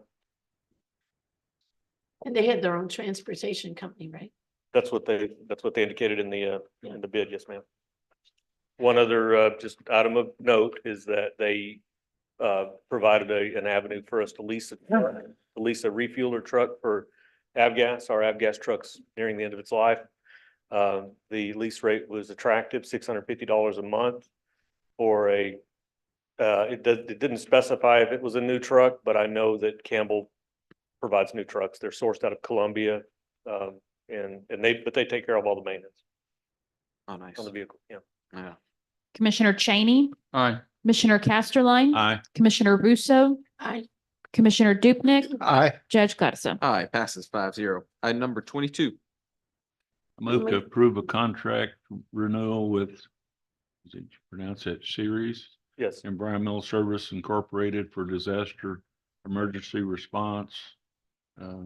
Aransas County and Sheriff's Environmental Services. It entered into agreement in July 11th, 2022 for a term of 1 year with 4-year renewal options. And the last Aransas County chose to extend this contract for the first of 4 consecutive 12-month renewal periods based on the terms and conditions in the contract. We're requesting approval to exercise the second 1-year renewal option to begin January 1st, 2024 through June 30th, 2025, unless renewed. I'll second that. You said January 1st. Is it supposed to be July 1st? It's actually July. It is July, yeah, I'm sorry. Okay. I got January. Got a motion? Do you have a second? I second it. And we got a second. Any questions? This is routine. This is just a renewal. We're already doing business with Series. Haven't had to activate it yet, but we have a disaster, then they'll be among our first calls. All right, appreciate it. Okay. Commissioner Cheney, Aye. Commissioner Casterline, Aye. Commissioner Russo, Aye. Commissioner Dupnick, Aye. Judge Garza. Aye, passes 5-0. Item number 23. I I move move to- to approve a contract renewal with Garner Environmental Services for disaster emergency response. Aransas County and Garner Environmental Services entered into an agreement on July 2022 for a term of 1 year with 4 one-year renewal options. And last year, Aransas County chose to extend this contract for the first of the 4 consecutive 12-month renewal periods based on terms and conditions in the contract. We're requesting approval to exercise the second 1-year renewal option to begin July 1, 2024 through June 30, 2025, unless renewed. I'll second it. Got a motion, got a second. It's exactly the same as the Series contract. It's a renewal. We're not obligated to just have an agreement with one disaster recovery. It's a pretty good idea to have a couple in case it's a big Harvey type event where Series may have a lot of their assets tied up in Houston. We could call Garner, or we can call Garner and Series at the same time. Thank you. Commissioner Cheney, Aye. Commissioner Casterline, Aye. Commissioner Russo, Aye. Commissioner Dupnick, Aye. Judge Garza. Aye, passes 5-0. Item number 24. I move to approve allowing the airport manager to seek requests for qualifications for engineering and design services for the airport pavement project, which will be funded through the bipartisan infrastructure law grant. I'll second it. Got a motion, got a second. Morning. Okay, so this is different than the DSIP grant request. This is for bipartisan infrastructure law grant. The airport has 5 years worth of entitlement in this program, and we're currently in year 3 of funding. We are sitting on $745,000, which should be plenty to handle the pavement requirements. We've gone back and forth on what's the best way to get this funded, and and because of the size of the project, I didn't feel like ramp grant was the best way to do that.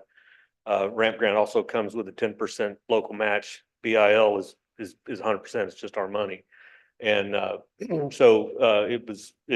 staff recommends that we proceed forward with a RFQ for engineering services so that we can package our project in a way that FAA is going to want to see it, so it doesn't get rejected on the first round. It's not competitive, but it's a very tedious process that you have to have it lined out exactly how you intend to accomplish the project, who owns what structures that are near the project. For example, the FAA wouldn't be in favor of using BIL money to enhance pavement around private hangars. So we needed to prove up that the hangars that are near the project belong to the county, and they do. So, but that's the kind of thing that the FAA is going to want to see it lined out with the engineer's report. Mike, I don't know if I misunderstood or just misheard, but did you say it was 100% the grant, or did you say it was 100% our money? It's our money on in basically escrow with the FAA. Okay. I don't know So a better it is way to grant term funds available. Ma'am. It is grant funds that are available. Yes, ma'am. Okay, thank you. Okay, Commissioner Cheney, Aye. Commissioner Casterline, Aye. Commissioner Russo, Aye. Commissioner Dupnick, Aye. Judge Garza. Aye, passes 5-0. Item number 25. I move to approve a contract renewal with Thompson Consulting Services, Inc. for monitoring services related to debris removal and disposal. Aransas County and Thompson Consulting entered into an agreement on June the 13th of 2022 for one term with 4 one-year renewal options. At last year, Aransas County chose to extend the contract for the first of the 4 consecutive 12-month renewal periods. Based on terms and conditions of the contract, we are requesting approval to exercise a second one-year renewal option to begin June. Chief finish that for me, Mr. Casper. Begin June the 13th, 2025, or June the 12th, 2025, it's renewed. Got a motion? Do I have a second? Second. And I got a second.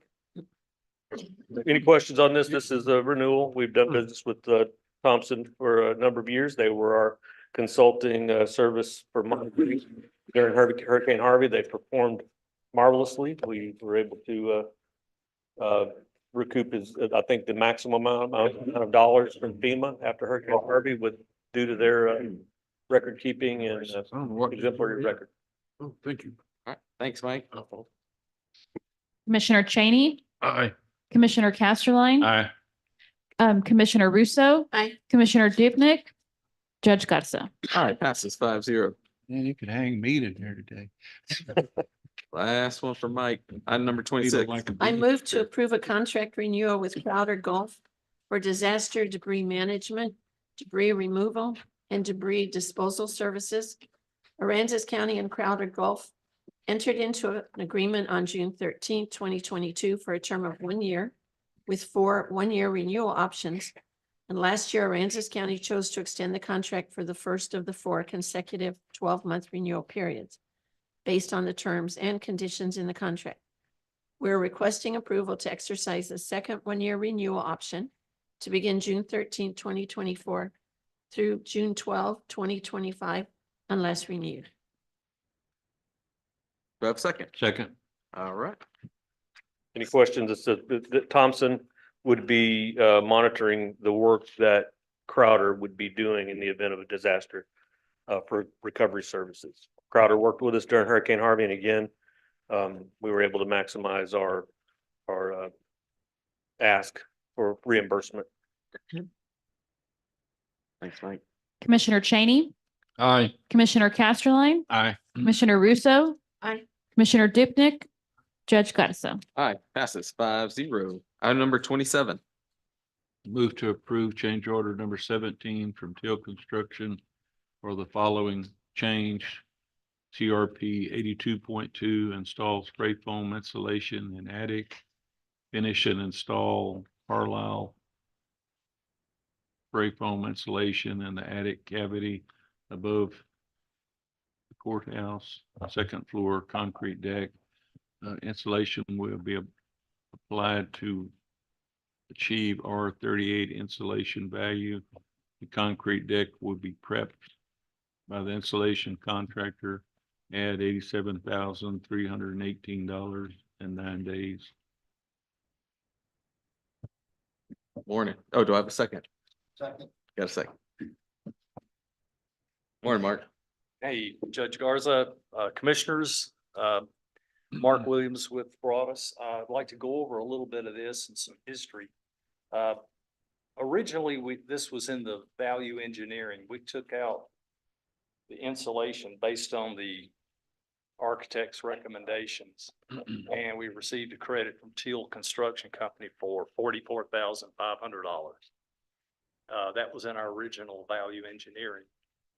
To add it back into the contract, we got a proposal from Teal Construction Company for $299,000 to add it back in. So we went to Teal and we researched a few subcontractors and requested Teal review 3 alternate prices that were provided by 3 subcontractors that do spray on insulation. So we received the 3 prices from 3 different subcontractors and reviewed those prices and determined that the best price was actually the second low bidder based on the lowest bidder having a not so great track record with the contractor, Teal. And so based on that information, the second contractor was not much more than the first contractor, couple of $1,000s. So we elected to go with this second contractor. So we now have a revised price that you see before you in the amount of $87,318 to put this insulation back into the contract. Initially, it was 200 and 99,000. 299,000. So That now was the price we got from Teal Construction to put it back in. So it's not only $87,318, it's, we're adding 9 days. Now, what's associated with those 9 days? Is there a monetary figure? 9 days is for additional time the general contractor is adding based on the subcontractor's time required to do the work. He's gonna have to feed these pipes that go up through the soffit and into the attic that supply 2 types of chemicals. There's a liquid chemical and then a catalyst. Once those 2 become combined, they travel up this pipe through the soffit and into the attic. And once those 2 chemicals combine, they form a foam. It's called urethane foam. And they spray it basically on the floor of the attic, which is above the second floor. And it rises and expands.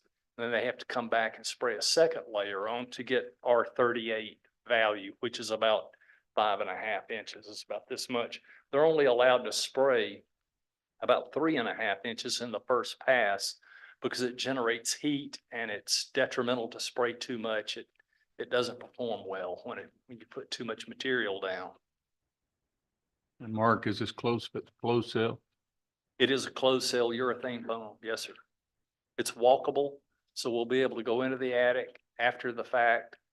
If we need to do any type of service in the attic, that's material is walkable. I'm sorry, Mark, you didn't answer my question though. I'm That sorry. those 9 days, is there a cost associated? Like, are they gonna come back and say we owe them general conditions for 9 days? No, sir. Okay, so it's 87,000. You're not gonna come back and because we gave them 9 days, we owe them X amount of dollars? Mind if I get a minute? Yes, sir. Come on up. Good morning, Morning. Justin McComb with Teal Construction. So as Mark mentioned, the original price was closer to the $300,000 mark. Through some of the negotiations and conversations we've had over the last couple of months, we've agreed as a project team to look at time extensions and general conditions to get the project finished with some other changes that are going on. Part of the reduction in that price is pulling out the general conditions that are being negotiated completely separately So the question of, is there a cost for those, the 9 days that are listed on there? There is, they're not associated with this cost. This is just the cost of work itself. There's not any contingency dollars in this amount. This is strictly a subcontractor cost. Let's pass it on to the county. We go get the product installed, and then separately, there'll be another conversation that addresses time, general conditions, et cetera, in order to get everything that's still outstanding complete. So it's hard to say what exactly the cost will be additional for just this activity. But there is going to be another a change order that is submitted that extends out time and extends out cost. But I don't know if you have the actual change order in front of you or if it's just the narrative. Just got the document. There on the front sheet, it, you know, as you mentioned, it does ask for 9 days additional. Just an admin error on the bottom.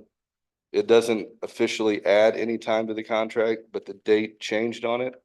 So I don't know if legally, if we need to come in here and update where we add the 9 days or we go back and use the original completion date or what, but I think it's important that we get the front page of this correct before we all go through and sign it. That is the 9 days. It goes from January But 31st. but I'm saying right here though, right here, the time extension will be added at 0 days. So either we either need to add 9 here or we need to go back and make this Right. the okay. January 31st. But I think it's important that the front sheet is correct before we add anything else or get I signed can up. look at that and, Yeah, I don't know if it's a quick addendum or addendum or a whole new sheet or how we need to do that, but. we can table this, change order until next term. I want, I can make a modification to this sheet and reissue it if that's. I would like an estimated cost to those 9 days. I feel like we're writing a blank check. We're gonna approve this and then a month from now, you're gonna come back like we had last Thursday, asking for all this money that we owe you because we did this change order. Right, it's, I mean, it's just, you're just saying 9 days, there's a cost, but we'll figure that out later. well, if we want to get into it even further, the 9 days is for the actual spraying of the material. It's not everything that's included in how this is gonna impact the project. That's why it's a whole separate conversation, what the big picture looks like, what the time ends up being, what the cost ends up being, et cetera. So it will be more than 87,000. It all depends on how you look. The cost of the work is 87,000. The cost of the time, the cost of the work around it is all part of what it takes to get to the goal line. Do you want to table this? Yeah. Yeah, let's go and I'll table. move to table. I'll second it. No, you can ask questions. Yeah, I don't know. Just still gonna be on a standstill when this is while this is being done? We still have work that we're working on right now. It's not affecting anything that we're trying to do. There is some work that goes on after the installation is installed. But we're still working on the rest of the building at this time. So why, we were gonna spray insulation up there to start with, weren't we? No, sir, it was a bat installation. Originally in the plans, it was a bat installation. Originally. Okay. They can't do it now. Okay. So do you want to vote on Yep, let's tabling? go and vote to table this. I'm kind of curious what when we made the original deduction, Mhm. didn't y'all have like an envelope specialist that said that wouldn't make any difference? But So here we are, it did. So I don't know, I don't know if if you had a chance, we handed out a binder a couple months ago that kind of gave the whole backlog of how we started, how we worked through it and how we got to where we're at. I don't know if you've had a chance to read through that or not. But it does go through, you know, how it started, the envelope consultants that we hired, that we submitted our information on, that was reviewed by the design team. They looked at it by their consultants. They differed a little bit. We have to defer to the guys who are designing the building. We proceeded with what they recommended. Got into a little bit of an issue with the design that they picked, and then here we are today to try to get it fixed and get it right. So, but all that information is in it. So originally, the contract did call for spray on insulation. It was on the underside of that same concrete deck. And it was to be sprayed on the entire underside of periphery of if you can imagine, looking at the roof plan of the building, the center of the roof is flat. it has flat insulation on it, polyisocyanurate. Where the sloped roof is, that area required spray-on insulation according to the contract documents. In the value engineering, that was suggested that we take it out for $44,500. That was okayed and agreed upon by the architect. And they did have a envelope consultant that concurred with that decision. So putting it back in is basically back on PGAL. It would be a responsibility of them to cover this cost, much like the jail standards. Why are we adding 9 days to Teal? I have the same question.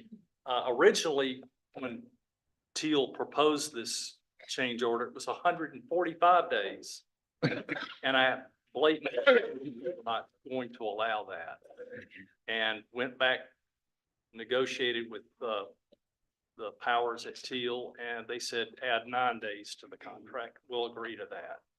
Now, we are also reviewing their construction schedule to determine how long this critical path is going to be extended beyond the contract time. And if they have basic scope of work that extends past the contract time in excess of this work, they don't get any extra money and time. So that's still under review. We'll probably have a review submittal to submit to the commissioners during the special court next Thursday. Not this Thursday. Yeah. Okay. So call the question. Call the question. Yep. Okay. Commissioner Cheney, This is on the table, right? Yes, sir. Yes. Commissioner Casterline, Aye. Commissioner Russo, Aye. Commissioner Dupnick, and Judge Garza. Aye, but did you get Commissioner Cheney's vote? Aye. Okay. You're a little quick for me. Yeah.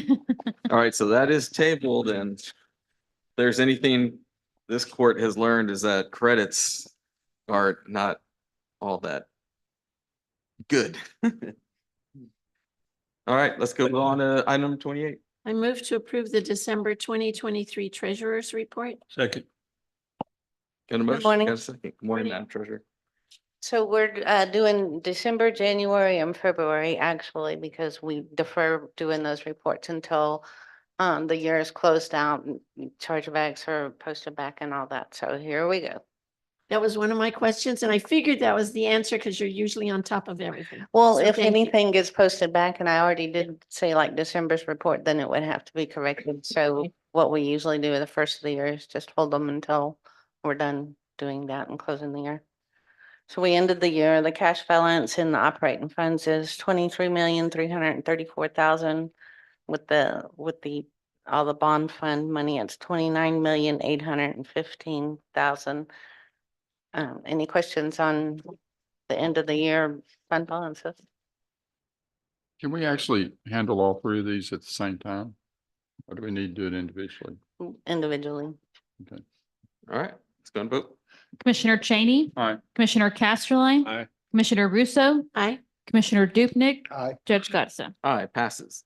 Let's do item 29. I move to approve the January 2024 Treasurer's Report. Second. Got a motion? Got a second?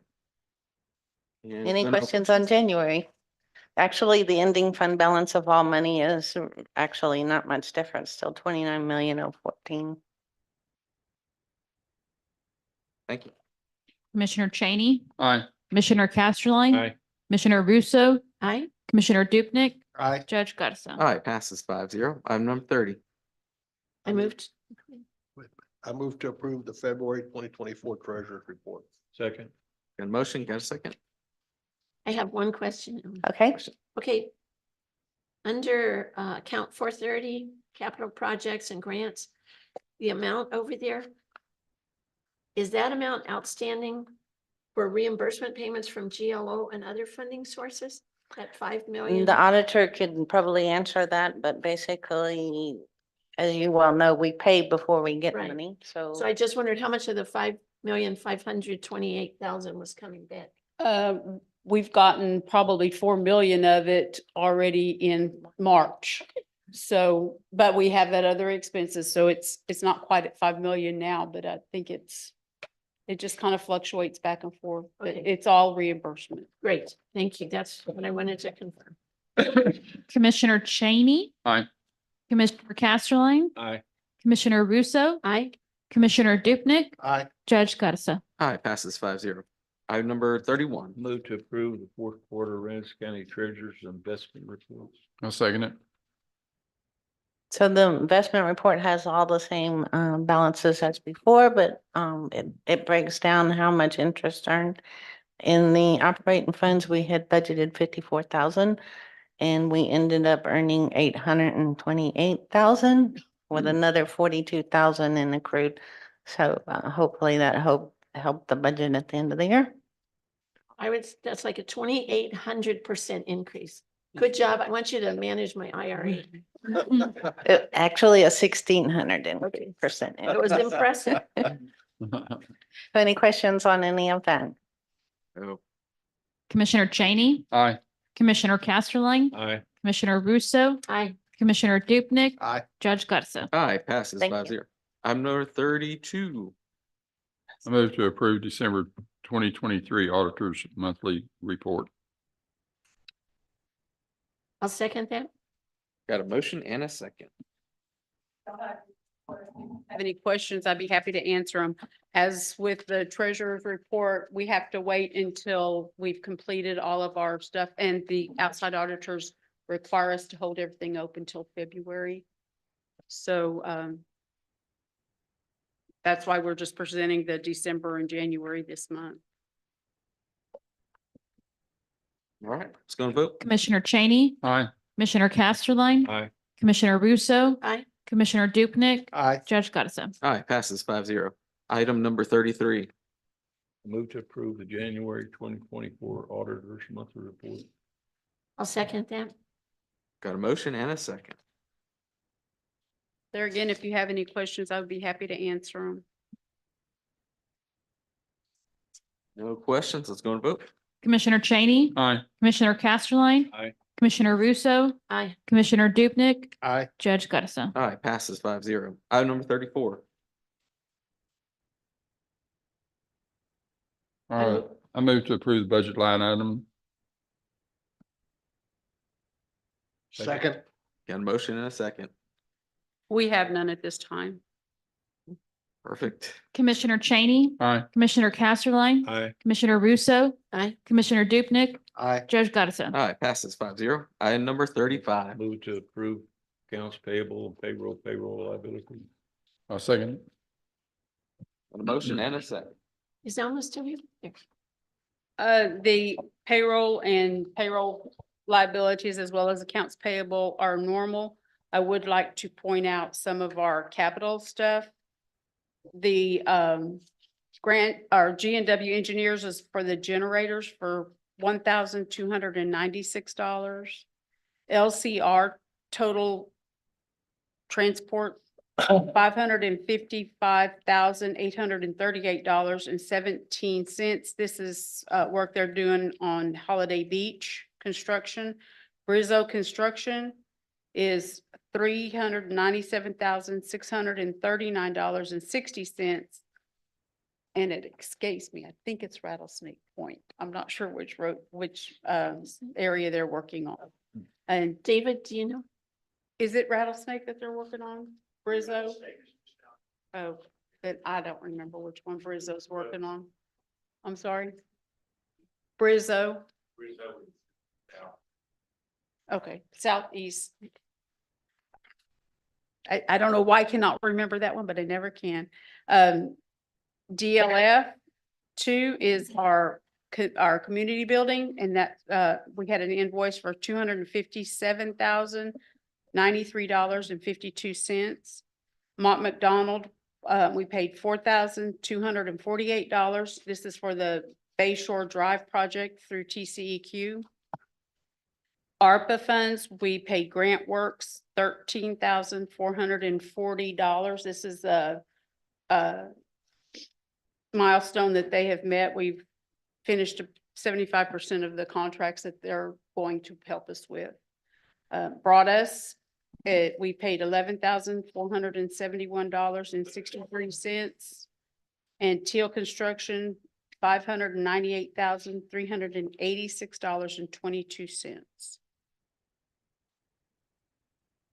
I just have one question. On the payroll sheet, it said for the pay period ending 3/17/2024 and the special payroll. What was the special payroll? If we terminate employees, they have to be paid within 5 days. Okay, And so we had two terminations, and we had, as soon as we ran the first payroll, they had 1 day in the next pay period, and we had to pay them. okay. Thank you. Okay. Commissioner Cheney, Aye. Commissioner Casserly. Aye. Commissioner Russo, Aye. Commissioner Dupnick, Aye. Judge Gottesman. Aye, passes 5-0. At this time, we'll hear reports from commissioners, elected officials, and department heads. No action will be taken. Anybody got anything? Madam District Clerk? Judge and Commissioners, you want the good news first? Let's do good news, okay? The good news is my office has once again completed our audit for the U.S. Department of State and Task Force, and we are in 100% compliance. So I'm very proud of my office. This is the, I don't know how many time, because our office does things properly. We try to do things as properly as possible, which brings me to the next item. It has become clear that the new courthouse is not going to be prepared for my historical or permanent records by the time we move in. It's either going to have to be prepared at some point for our records to come there, which is ideal, or we're going to have to build a building somewhere else that meets the statutory requirements, because now they are not met with that building. I have a possible solution that puts this off for a year. I am able legally to send my historical and permanent records to the Texas State Library. There is a cost involved, but it is much less than what we're paying in the building that we're in, which is substandard. At least they would be safe. And I really don't know what else to do. I'll be bringing this to you in a formal proposal at some point, but I just wanted to give you a heads up that we still have a problem.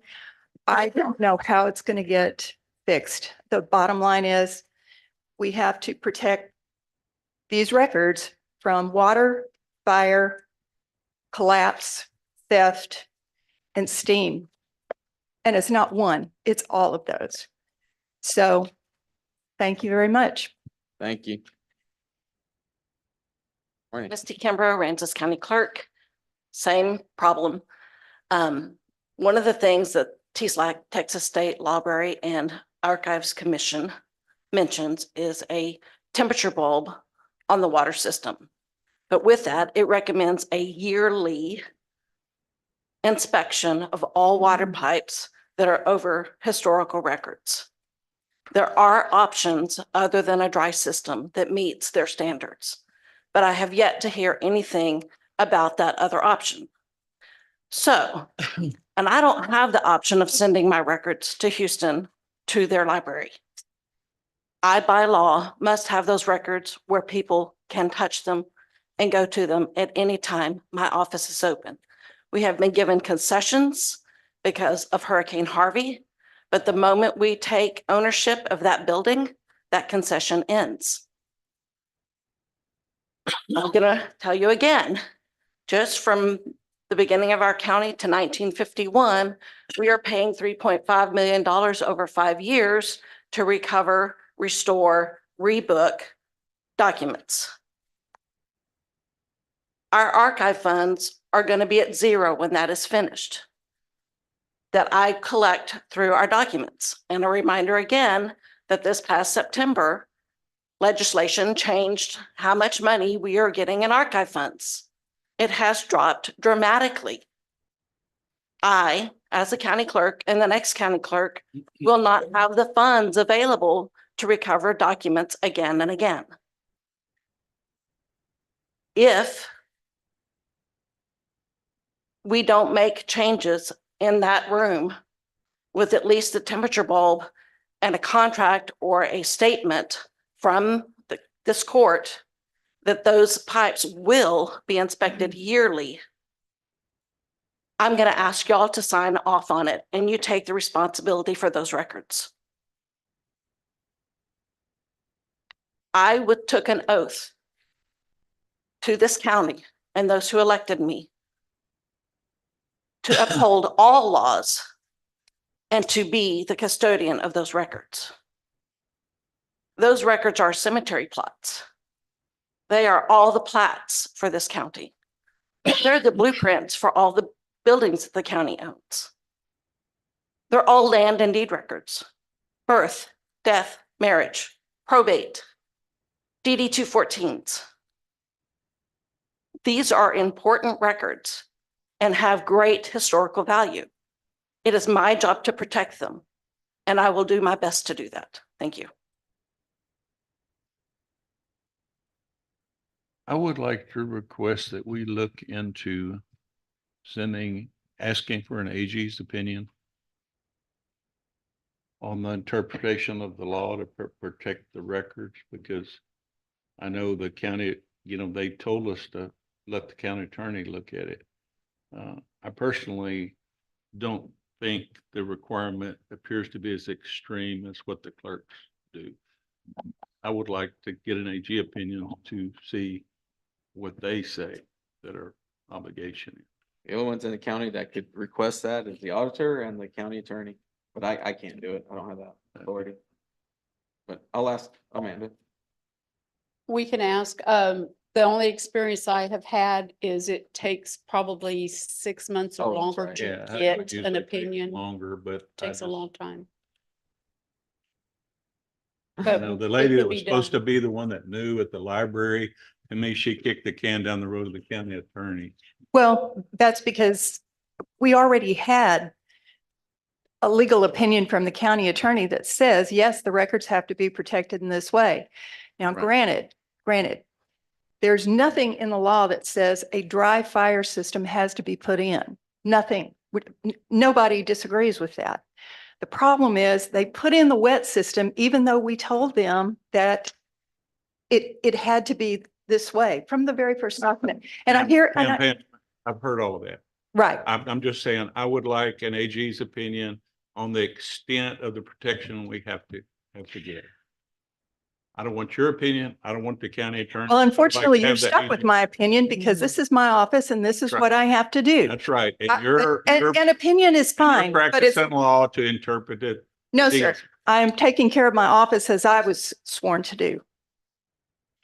I don't want to argue. still- I I still go back to my question. It doesn't really have anything to do with what she's saying. It's my opinion that I would like to see an AG's opinion over the opinion of the county attorney and whoever else. I think we have a special meeting here in a couple weeks to discuss further, so. Thank you. thank you. Mr. Van Meter, you got something? Sweet. Judge and commissioners, I just want to thank you guys for the purchase of the new backhoe. It's working good for us at the transfer station. Just want to say thank you. Thanks. Mr. Van Meter, while you're up here, Yes, sir. I had a call from one of my constituents out there, had kind of a unique problem. I called, Mr. Van Meter and what was it? The inspector? Scott Finner.